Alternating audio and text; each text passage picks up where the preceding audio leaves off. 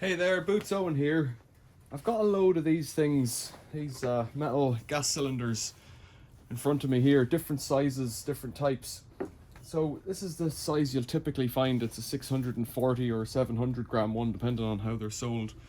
They are supplied with nitrous oxide for catering purposes, but people round and abouts nowadays seem to use them for entertainment purposes, shall we say.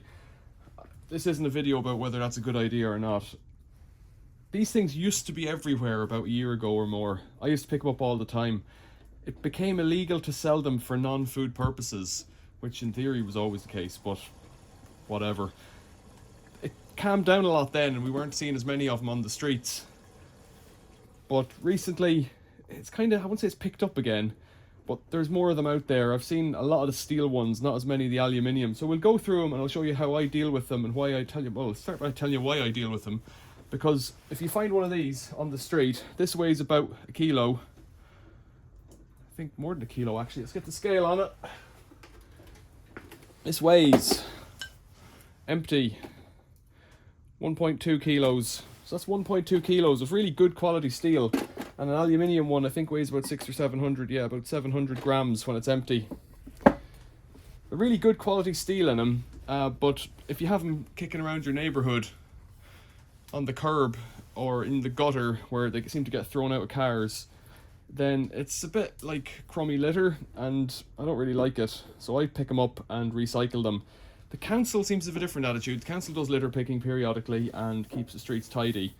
But they don't like picking up these as much, or they'll pick them up and leave them in a little pile somewhere and then come back and fetch them later. Because in theory they could be a pressurized cylinder. So that's what you're up against. And if you're in a mood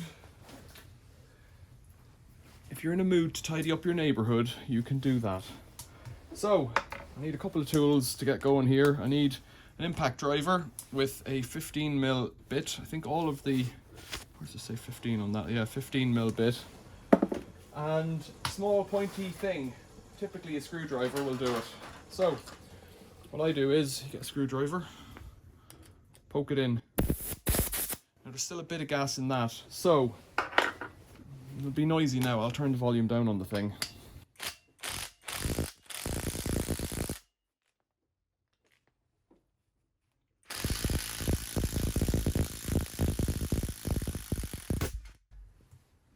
It's not a good idea to do them when there's gas in them. That just shows you that there was gas in that. And then I unscrewed it. So, what have we got then? Then we've got an aluminium bottle. Now, this is a small one. I've never seen one like this before. This is 0.4 of a litre. Typically the aluminium ones are bigger. They're more like a litre, I would say. I don't know what size they are actually. See, that one's empty, so let's pull that out. It's quite loud. Some of them have short threads, some of them have long threads. That was the one that took longer to come out. More friction. This one, it'll have a label in it here somewhere. So the aluminium ones typically are covered in a shrink-on plastic sleeve, which can be recycled in supermarkets now. Usually they would have a code up here, but I don't see one on this one.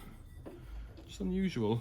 Now it could have been that that got wet because it does look a bit weird, so we'll check another one. But you can see how easy they're coming apart. It's not much hassle to it there. This is a different brand, black label. Let's see if there's, yeah, this one's got stuff printed on it. Do not refill, 1.03 litres, that's what I was looking for. So this one has its plastic nipple on it, and that just has a little thing inside that pushes down onto the valve. So this one should be empty, yeah. It should just lick out.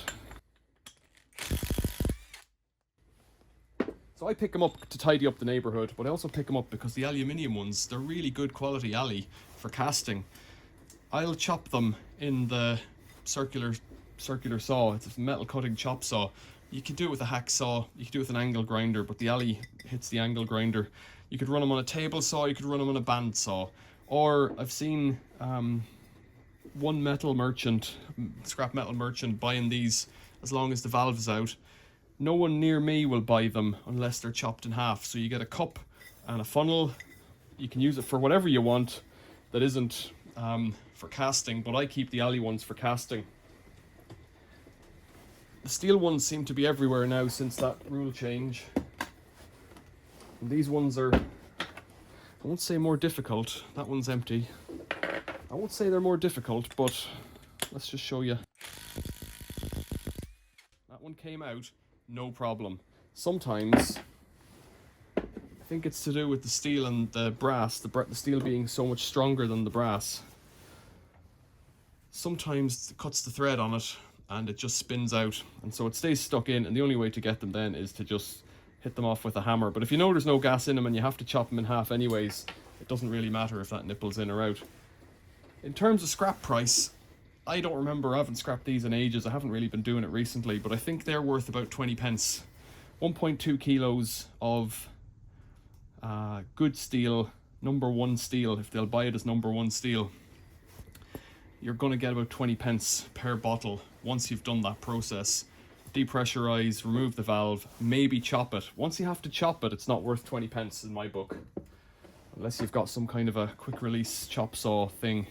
These guys, on the other hand, 650, 700 grams of aluminium at £1,000 a ton gives you 70 pence a bottle, which is more. And the aluminium doesn't kill the blades on the saw quite so much.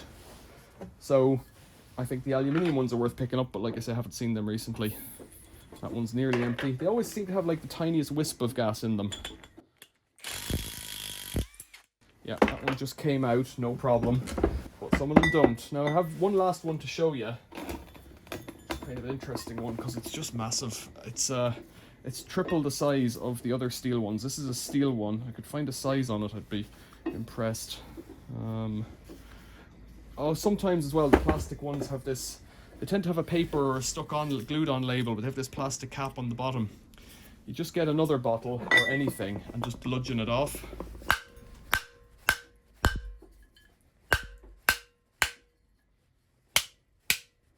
It should snap off, but I've not done a great job there.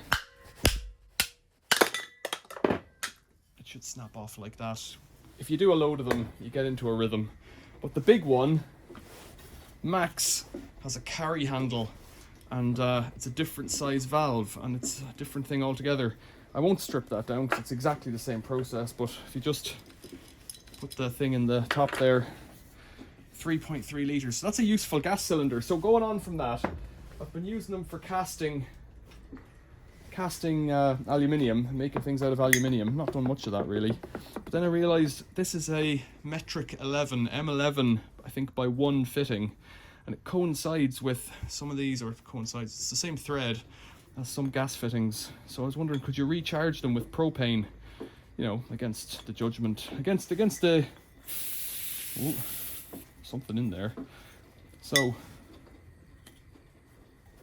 no, there's nothing in there. Don't know what's going on there. That's open.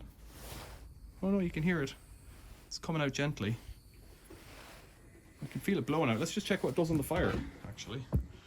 Could be a bad idea. Got the fire burning behind me.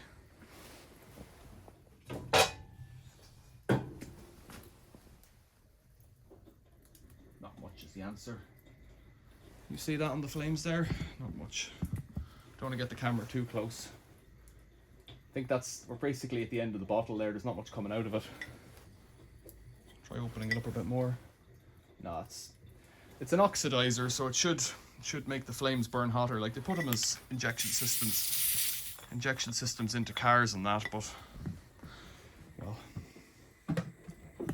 you're looking at a washing machine there.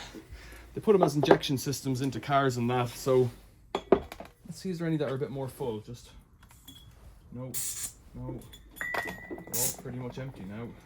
I think all of my ones are empty. Yeah, they're all empty, so I can't do a test on it, but my idea was, if you recharge them somehow, added a valve to recharge them, or made an adapter to recharge from the existing insert valve, you could fill them with propane and use them as something similar to a plumber's torch, well, exactly like a plumber's torch, because that's what that is for soldering or brazing torch, for pulling paint off stuff or joining copper pipes or whatever. But I haven't done that experiment yet because I don't need to. Just an idea. If you see these in your neighbourhood, I think they're unsightly, and that's why I tidy them up, really, more than anything. But it's up to you what you want to do with your life. I was at one point, like I said, about over a year ago, maybe 2 years ago, there was just tons of them.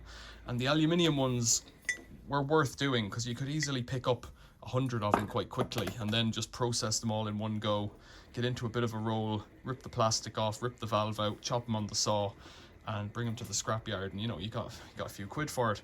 It's kind of dried up now, but I still think if I see them on the neighbourhood, I'll pick them up. So that's what I do. Tell me what you think in the comments below.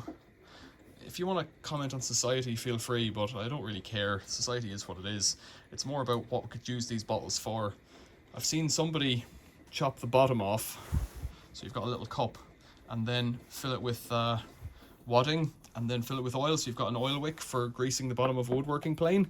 I thought that was quite clever. So when you're planing wood, it gives you a bit of a film of oil on it, just as an oiler, basically, an oiling wick.